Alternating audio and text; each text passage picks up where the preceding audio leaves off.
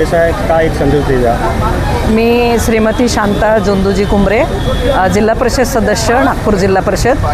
आजच्या या संयुक्त आदिवासी कृती समितीच्या माध्यमातून जे आंदोलन 23 तारखेपासून इथं सुरू झालेलं आहे। आजचा हा 9वा दिवस आहे की दरवर्षी म्हणजे मागील वर्षीसुद्धा या संयुक्त कृती समिती, आदिवासी संयुक्त कृती समितीचं आंदोलन सुरू झालं।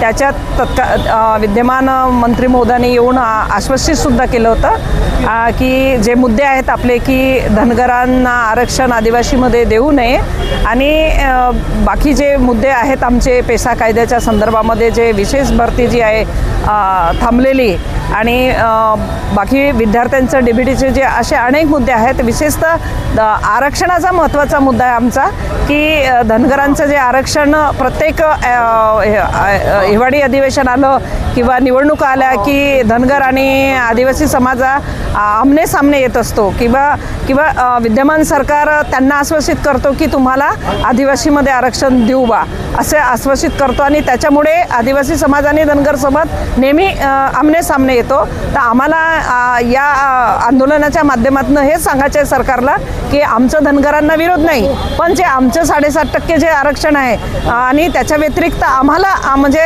त्यांना जर आरक्षण द्यायचं आहे तर त्यांना वेगळं विशेष आरक्षण द्यायला पाहिजे। आमच्या आदिवासी समाजामध्येच त्यांना का आरक्षण द्यायचं हा आमचं सरकारला या माध्यमातून एक प्रश्न आहे।